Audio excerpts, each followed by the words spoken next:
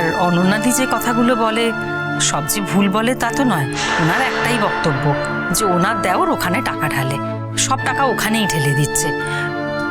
ওনার বাড়িতেও তো ছেলে রয়েছে, প্লুটোর জন্য কি করে, ওনাদের জন্য কি করে। ওনার মা যখন বেঁচে ছিলেন তখন এই নিয়ে খুবই দুঃখ করতেন। তাই না, ভাববেন না যে আমি বলছি, মানে অনন্যাদি যা বলেছে আমি তাই বলছি। বিশ্বাস করো, তোমাকে না স্যালুট না করে কোনো উপায় নেই। একটু আগে যে কথাগুলো বললাম একই কথা তুমি আবার শুরু করলে। আরে নতুনদার পয়সা নতুনদা বাজার করতে চাইলে করবে, তাতে তোমার আমার কি? যে সংসারে থাকে তার একটা কৃতজ্ঞতাও থাকে। তাছাড়া নতুনদার দাদা যথেষ্ট সাউন্ড, একটা প্রফেসর মানুষ, একটাই মাত্র ছেলে, তাদের কিসের অভাব? আর যদি সত্যি সেরকম হয় নতুনদা যে বিবেচক মানুষ, হেল্প করতে হলে করবে। হয়তো হেল্প করছো তুমি জানো না, ভালো কথাগুলো তো বলবে না তুমি। ভারী এক অশান্তি হয়েছে দেখছি। কেন নতুন ওদের সাহায্য করলো, কেন কি হলো? আচ্ছা, সেদিন যদি নতুন ওদের সাহায্য না করতো, 3 ছেলে মেয়ে নিয়ে বুড়ি যদি তোমাদের ঘাড়ে এসে পড়তো, তোমাদের কেমন লাগতো বলো তো বৌমা? নিজের মনের দিকে তাকিয়ে কথাটা বলো তো। তোমার শ্বশুরের ওইটুকু টাকায় সংসার চলতো? 3 ছেলে মেয়ে নিয়ে বুড়িকে রাখতে পারতাম আমরা? বুড়িও আসেনি, আর আমরাও সাহস করে ডাকতে পারিনি। ডাকতাম কি করে? ওই নতুন এসেছিল বলেই তো সংসারটা বেঁচে গেছে। সেটাও মনে রেখো যে ও ছিল বলেই তোমাদের উপরে চাপটা কিন্তু পড়েনি। আর যদি কেউ না থাকতো, মেয়েকে তো আর ফেলে দিতে পারতাম না আমরা। নিজেদের যদি 2টো ডাল ভাত জুটতো, ওদেরও 2টো ডাল ভাত দিতাম। নিজেরা যদি একটা রুটি খেতাম, ওদেরও একটা রুটি খেয়েই বাঁচতে হতো। বরং আমি তো বলবো, বুড়ি তোমাদের সবাইকে বাঁচিয়ে দিয়েছে, ও কারোর কোনো সাহায্য নেয়নি। হ্যাঁ, একমাত্র নতুনদার সাহায্যই নিয়েছে। নিত না যদি নতুন নিজে এসে সাহায্য না করত। আমি বুড়িকে যতদূর জানি, দরকার হলে বুড়ি নিজে সেলাই করে রোজগার করে ছেলে মেয়েদের লেখাপড়া শেখাতো। নতুন ওকে তা করতে দেয়নি। তাহলে নতুনদার খুব অধিকার বলুন বুড়ির ওপরে। আর নতুনদা যা বলেছে বুড়ি তাই শুনেছে। আমি কিন্তু এই কথাগুলো খুব ভালো সেন্সেই বলছি মা। দেখুন, বুড়ি এমনিতে খুবই মিষ্টি নরম স্বভাবের মেয়ে, কিন্তু আমি তো জানি ও মনে মনে খুবই জেদি। ও যেটা নিজে মনে করে সেটাই করবে, ও কারোর কথা শোনে না। একমাত্র দেখলাম যে এই নতুনদার কথাই শুনলো। হ্যাঁ হ্যাঁ, শোনে, বিবেচক মানুষের কথা শুনে ওর তো খারাপ কিছু হয়নি। ছেলেমেয়েরা সুন্দরভাবে মানুষ হয়েছে, ও ভালো আছে। তোমার কোথায় সমস্যা বলো তো? না না, আমার কি সমস্যা থাকবে? আর এইসব ব্যাপারে নাক গলানোর বা মাথা ঘামানোর আমার তো কোনো দরকার নেই।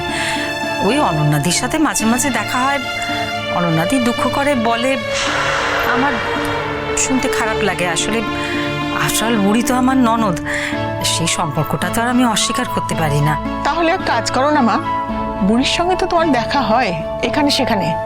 হয় বুড়ি আসে, নয় তুমি যাও। তুমি বরং তাকেই কথাগুলো বলো। আমার কি দরকার মা? বুড়ির সংসার বুড়িই সামলাবে। আমারও সেটাই কথা। বুড়ির সংসার তো বুড়ি সামলাচ্ছে, মাঝখান থেকে তোমাদের এত কথা এত ভাষণ সেগুলো তো বন্ধ হচ্ছে না। শোনো, যারা ভালো আছে না তাদের ভালো থাকতে দাও। তোমাদের এই খারাপ কথা না ওদের কিচ্ছু যায় আসবে না, বরং তোমাদেরই গায়ের জ্বালাটা বাড়বে। আমি তোমাকে বলছি রোশনি, তুমি এসব জটিলতা থেকে নিজেকে সরিয়ে আনো। এই অনন্যা বৌদি কিন্তু ভীষণ ডেঞ্জারাস। ও তো কারোর ভালো দেখতেই পারে না, আর বুড়ির ভালো তো আরোই দেখতে পারে না। না না, আমি কিন্তু এগুলো কিনিনি। আসলে আমি এখানে আসবো বলে নতুন ঠাকুরপো বলেছিল এগুলো নিয়ে আসতে, আমি শুধু কুরিয়ার। বৌঠান, বৌদি বৌঠান দিলেই বা অসুবিধে কোথায়? জিনিসগুলো আমি নিজে হাতে না দিয়ে বৌঠানের হাত দিয়ে পাঠিয়েছি বলে সেটা নিতে তোমার সম্মানে লাগছে? হ্যাঁ লাগে। অলরাইট। তুমি তো জানো আমি চিরকালই স্পষ্ট কথা বলি। তোমার যদি কিছু দেওয়ার থাকে তাহলে তুমি নিজে হাতে দেবে, নয়তো কিছু দেবে না। আরে এমন তো নয় যে তোমার এই জিনিসগুলো না পেয়ে আমরা একেবারে অসহায় অবস্থার মধ্যে পড়ে আছি। ছি ছি ছি, আমি এমন কথা ভাববো কেন বলো? এই দেখো, কেন এই আমি প্যাকেটগুলো হাতে নিলাম, আর এই আমি এইখানে রাখলাম। তুমি কিন্তু জিনিসগুলো দেখে নিও, দেখো পছন্দ হয়েছে কিনা। প্লুটো ফেরেনি? না, প্লুটো ফেরেনি। তোকে একটা কথা বলি, তোর বৌদির যখন এত রকমের বাছবিচার আছে তখন আর কিছু দিস না, সেটাই ঠিক হবে। আমার আর প্লুটোর কোনো রকম বাছবিচার নেই, ফলত যে কেউ দিলেই আমরা নিতে পারি, কারণ তাতে তোর কেনাটা অন্য কারোর কেনা হয়ে যাবে না। হ্যাঁ, সেই ভালো ভাই। এরপর থেকে না আমার জন্য কিছু তুমি এনো না। নতুন ঠাকুরপো, তুমি বরং বসো, এক্ষুনি এলে তো, আমি বরং এগোই। এ কি এক যাত্রায় পৃথক ফল হয় নাকি? আর তাছাড়া আমি তো এসেছিলাম তোমায় নিয়ে যেতে। তো বাড়িতে ঢোকার দরকার ছিল না তো? কি দরকার ছিল? তুমি বাড়ির বাইরে থেকে হর্ন বাজালেই কমলের নিজের থেকে তো চলে যেত ভাই।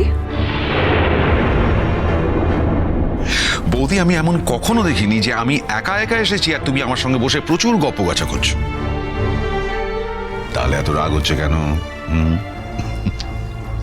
আরে দাদা, কাল পূজায় আসছিস তো? অফকোর্স, ভোগটা হচ্ছে তো। হ্যাঁ দাদা। ভোগটা কমলিনীর হাতে যা খোলে না, ওহ ফ্যান্টাস্টিক। আমি যাব এবং সঙ্গে প্লুটোকেও নিয়ে যাব। না, প্লুটো যাবে না। বৌদি, দুটো কিন্তু বড় হয়েছে, ও কি করবে না করবে সেই সিদ্ধান্তটা ওকেই নিতে দাও। প্লুটো এত বড় হয়েও যায়নি যে ওই বাড়িতে আস্ত একটা সর্বনাশ ঝুলে আছে জেনেও আমি মা হয়ে আমার ছেলেকে ওই বাড়িতে ছেড়ে দেব। সর্বনাশ? আমি ঠিক বুঝলাম না বৌদি, প্লুটোর জন্য ও বাড়িতে কি সর্বনাশ ঝুলে আছে? সবকিছু বোঝা তো দরকার নেই তোমার। আমি মা, আমি বুঝেছি, ব্যাস এটুকুই যথেষ্ট। আর তুমি যদি সবকিছু বুঝতে তাহলে তো বাড়ির ছেলে বাড়িতেই থাকতে, ওই বাড়িতে থাকতে না।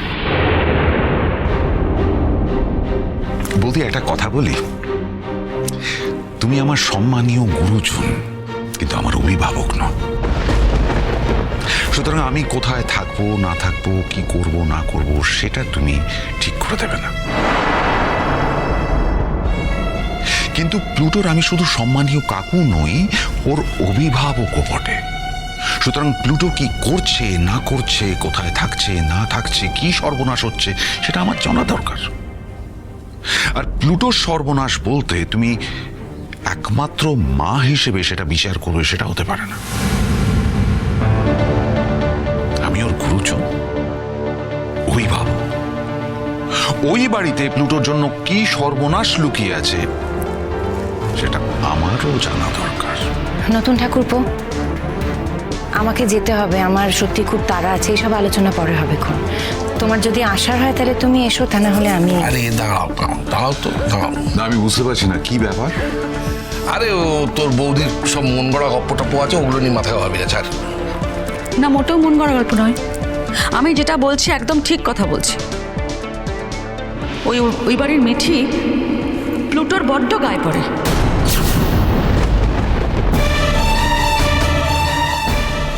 আমি চাই না ওদের মেলামেশা থাক। বৌদি, শোনো অনন্যাদি, আমি আমার মেয়েকে যা বলার বলে দিয়েছি, ও আর কখনো প্লুটোর সঙ্গে কথা বলতে যাবে না। কিন্তু তুমি আমাকে অ্যাসিওর করতে পারবে তো যে তোমার ছেলে আর কখনো মিঠির সঙ্গে কথা বলতে আসবে না? এই অ্যাসুরেন্সটা তুমি আমায় দেবে তো?